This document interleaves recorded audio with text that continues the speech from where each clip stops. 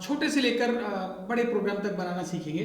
तो एक एक छोटे छोटे प्रोग्राम्स को मैं एक एक एपिसोड में लेकर आऊँगा। तो अभी जो पिछला जस्ट वीडियो था उसमें मैंने आपको राइट एंगल ट्राइंगल का प्रोग्राम बनाना सिखाया था और law of motion u square equal to v square equal to u square plus 2a के लिए एक प्रोग्राम बनाना सिखाया था। तो अभी हम लोग उसी तरीके के और प्रोग्राम्स देखते हैं जो लीनियर सीक्वेंस में जाते हैं। इनपुट लिया, प्रोसेस किया और आउटपुट किया। इसके लिए हम लोग कुछ फार्मूले अपने देख लेते हैं मैथमेटिक्स के, मेंसुरेशन के, डिफरेंट शेप्स के, एरिया और वॉल्यूम निकालने के लिए। तो अभी हम इस वीडियो में 2-3 प्रोग्राम सीधे सीधे बनाना सीखेंगे और कुछ असाइनमेंट लेकर जाएंगे। तो चलिए सीधे आते हैं अपने प्रोग्रामिंग वाले विंडो पर। ज़्यादा टाइम ना वेस्ट करते हुए हम प्रोग्रामिंग विंडो पर आ गए और यहाँ पर मैं कोड लिखूंगा और यहाँ पर आपका आउटपुट दिखाई देगा। तो चलिए सबसे पहले हम लोग बनाते हैं एक अपना प्रोग्राम जिसमें हम लोग सीखेंगे कि कैसे हम किसी भी शेप का 2D शेप का एरिया निकालेंगे। तो चलिए एरिया ऑफ रेक्टेंगल सबसे शुरुआत में ले लेते हैं। तो एरिया ऑफ रेक्टेंगल कैसे निकालेंगे? तो एरिया ऑफ रेक्टेंगल निकालने के लिए आपके पास एक फॉर्मूला होना चाहिए। एक फॉर्मूला आपको पता होना चाहिए कि जब हम रेक्टेंगल का एरिया निकालते हैं तो जो आपका रेक्टेंगल रहता है उसमें एक लेंथ होती है और एक विड्थ होती है। तो आप लेंथ को L में ले लीजिए, विड्थ को आप B में ले लीजिए और जो इसका एरिया निकलता है वो L इंटू B करके एरिया निकलता है। तो आपको जो दिया जाता है वो लेंथ दी जाती है और विड्थ दी जाती है। तो चलिए शुरू करते हैं।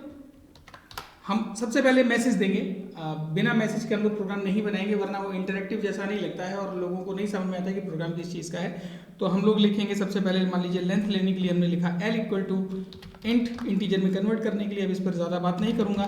इनपुट एंटर वन साइड, एक साइड आपने एंटर करवा ली यहाँ से ऐसे और एंटर कर दिया। इसको मैं थोड़ा सा ऐसे बड़ा कर लेता हूँ ताकि आपको पूरा कोड दिखाई दे। आ गया। अब मैं B ले लेता हूँ। B equal to int input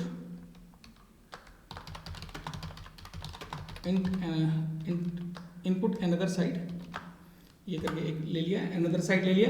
अब आपको एरिया निकालना है तो एरिया को आप इस वेरिएबल में ले लीजिए। Area equal to L into B होता है इसका जो फॉर्मूला होता है। तो L इंटू B डायरेक्ट लिखा। उसके बाद मुझे क्या करना है, इसको प्रिंट करना है। तो प्रिंट भी मैं मैसेज के साथ दूंगा, द एरिया ऑफ रेक्टेंगल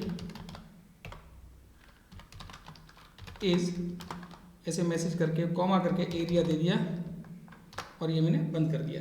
तो इस तरीके से देखिए आपको एक कंप्लीट प्रोग्राम मिल गया। अब मैं इसको सीधे सीधे रन करूंगा।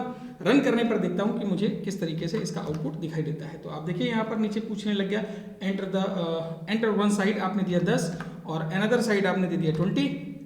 तो इसका जो एरिया है वो 200 आपको निकल के यहाँ पर सामने आ जाएगा। The area of rectangle, sorry आज फिर मैंने एरिया की स्पेलिंग गलत कर दी। टाइपिंग करते समय ए प्रेस नहीं हुआ, अभी करेक्ट है।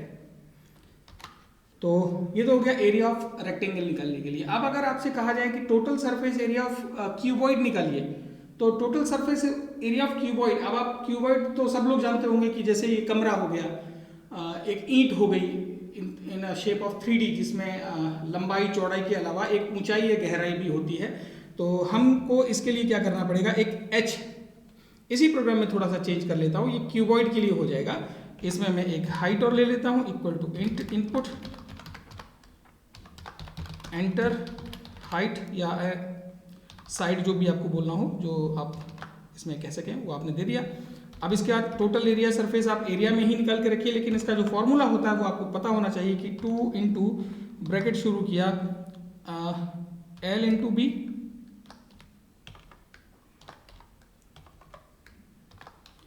L इंटू B, ये ऐसे करके आप लिखते जाइए। आप ब्रैकेट लगाइए, कोई दिक्कत नहीं है, बिना ब्रैकेट के भी ये चलेगा। प्लस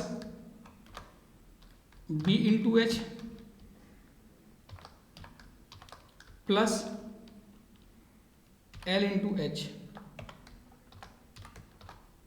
ये इसका फॉर्मूला हो गया। अब फॉर्मूला तो आपको पता ही होगा कि जैसे ये दीवार है पीछे, इस दीवार का क्षेत्रफल प्लस इसके सामने वाली दीवार का क्षेत्रफल, ये दुगना हो जाएगा ना। तो ये हो गया L इंटू B और सामने वाला हो गया 2LB। ऐसे ये दोनों दीवारें हमारी हो गई, इन दोनों दीवारों का क्षेत्रफल जुड़ेगा। ऐसे ऊपर छत का क्षेत्रफल और नीचे का क्षेत्रफल ऐसे जुड़ के ये आप 3 साइड के क्षेत्रफल निकाल के उसको दुगना कर देते हैं। तो ये है, तो मैथ तो पढ़ाने की जरूरत नहीं है, आपका ये फॉर्मूला है सीधा। और the area of cuboid is इस तरीके से निकल आए, आपका प्रिंट हो गया। आप चाहो तो इसका स्क्रीनशॉट ले लो, नहीं तो आप ये वीडियो को पॉज करके देख लो आराम से। और प्रोग्राम लेकिन बनाते ज़रूर चलिए साथ में, क्योंकि अगर साथ में प्रोग्राम बनाएंगे तभी फायदा होगा आपको, प्रोग्रामिंग बहुत जल्दी सीखेंगे आप। तो एंटर वन साइड मैंने दिया 5, enter another side 6, enter another मतलब हाइट दे दी, हाइट मान लीजिए मैंने 4 दे दी, तो आपका ये इस तरीके से आंसर आ गया 148। This is the total surface area of a cuboid, जो कि एक ब्रिक हो सकती है जिसकी आपने साइड दे दी है, एक कमरा हो सकता है, किसी का टोटल सरफेस एरिया आपको निकाल कर यहाँ पर मिल गया है। ऐसे ही हम लोग देखते हैं वॉल्यूम ऑफ क्यूबॉइड कह लेते हैं, वॉल्यूम ऑफ क्यूबॉइड। क्यूब का तो आपको पता है कि एक साइड आपकी बराबर होगी सारी की सारी, तो 6a² उसका टोटल जो वॉल्यूम है वो हो जाएगा ए क्यूब, उसका वॉल्यूम होगा ए क्यूब। यहाँ पर जो आपका क्यूबॉइड है इसका जो टोटल वॉल्यूम निकलेगा वो LBH निकलेगा। तो वॉल्यूम के लिए आप क्या निकालेंगे यहाँ पर LBH, length into breadth into height, L into B into H। तो ये आपका प्रोग्राम हो गया वॉल्यूम ऑफ क्यूबॉइड के लिए। बस आपको यहाँ पर मैसेज बदल देना है, वॉल्यूम ऑफ क्यूबॉइड इज, और यहाँ एरिया की जगह आप वेरिएबल बदल लीजिए वरना कंफ्यूज होते रहेंगे। वॉल्यूम के लिए VOL रख लिया,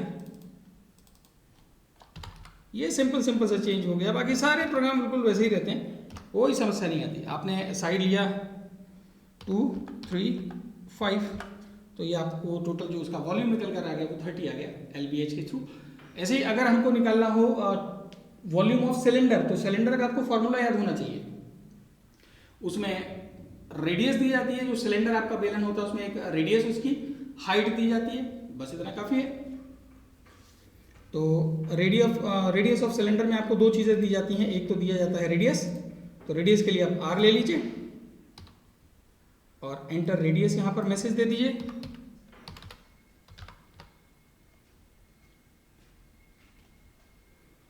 एंटर हाइट कर दीजिए यहाँ पर, हाइट के लिए H ले लीजिए और ये नीचे वाला जो H था ये इसको हटा दीजिए, और आपका वॉल्यूम इक्वल टू आ जाएगा 3.14 इंटू R 2 πr² होता है, तो R इंटू H, ये इसका वॉल्यूम ऑफ सिलेंडर आपका निकला है। बस यहाँ पर कीबोर्ड की जगह सिलेंडर कर दीजिए, ये आपका हो गया वॉल्यूम ऑफ सिलेंडर के लिए। तो आपने मान लीजिए रेडियस दिया 10 और हाइट दिया आपने, तो ये देखिए 10 और 5 देने के पर इसका जो आंसर है वो ये आ गया। अब एक बार मैं आपको पूरा ये कवर करके दिखा देता हूँ यहाँ से, ये देखिए 1570 इसका वॉल्यूम आ गया। फाइन, अब एक बार और इसको रन करके देख लेते हैं, क्योंकि बीच में ये थोड़ा सा पॉज हो गया था। मैं इसको रन करता हूँ दोबारा से। यहाँ से आपसे रेडियस मांग रहा है, रेडियस मान लीजिए आपने दिया 5 और हाइट दे दिया आपने 10, तो ये आपको 785 इसका जो वॉल्यूम निकल कर आ गया वो आपके सामने है। तो इस तरीके से हम लोग वॉल्यूम ऑफ सिलेंडर निकाल सकते हैं। तो अब आपने देखा ही कि किस तरीके से मैं ये सिर्फ सिंपली क्या कर रहा हूँ, इनपुट ले रहा हूँ। जो इस साइड में चीज़ होती है उसको मैं इनपुट ले रहा हूँ, जो आपको इस साइड में चीज़ दिख रही है ना, इसको मैं इनपुट ले रहा हूँ, फिर फॉर्मूले में रख देता हूँ, उससे मुझे कैलकुलेशन में जो वेरिएबल मिलता है वो मिल जाता है, उसको मैं प्रिंट कर लेता हूँ। तो सारे प्रोग्राम्स जो आपके एक सीरीज में चलते हैं वो ऐसे ही निकाले जाते हैं। तो मेंसुरेशन में volume of different 3D shapes आप निकाल के अपनी प्रैक्टिस कर लीजिए, डिफरेंट 2D शेप्स का एरिया निकाल के प्रैक्टिस कर लीजिए, डिफरेंट 3D शेप्स का टोटल सरफेस एरिया निकाल कर आप प्रैक्टिस कर लीजिए, और उसके बाद सिंपल इंटरेस्ट निकालने के लिए आप अपना प्रोग्राम बना लीजिए, 3 चीज़ें इनपुट ली जाएगी, ऐसे ही ठीक आपका प्रोग्राम कंप्लीट हो जाएगा। तो ये था हमारा आज का सेशन, एपिसोड नंबर 2। अगले हम लोग उसमें देखेंगे अपना जो हमारा रहेगा प्रोग्रामिंग में, जिसमें हम ब्रांचिंग करते हैं, इफ एल्स किस तरीके से काम करता है, ट्रू और फॉल्स होने पर हमारी कंडीशंस कैसे काम करती हैं। तो अगली बार हम लोग उसको देखेंगे। तो तब तक के लिए आप लोग इस चैनल पे बने रहिए, इसको लाइक करिए, सब्सक्राइब करिए और स्टूडेंट्स में बांटिए, ताकि ज़्यादा से ज़्यादा लोग इसको बेनिफिट ले सकें। और ये सारे वीडियोस के लिंक और सारी प्रेजेंटेशंस की लिंक, सारे नोट्स के लिंक, सारे क्वेश्चन पेपर के लिंक आपको नीचे, ये जो आप देख रहे हैं, ये जो नीचे स्लाइडर चल रहा है, इस पर आप लोग इस pythontrends.wordpress.com पे जाइए, वहां पर आपको ये सारे वीडियोस के लिंक आपको मिल जाएगी, कहीं और भटकने की जरूरत नहीं है। तो अगले वीडियो तक के लिए मैं आपसे विदा लेता हूं। नमस्ते, मेरा नाम है संजीव।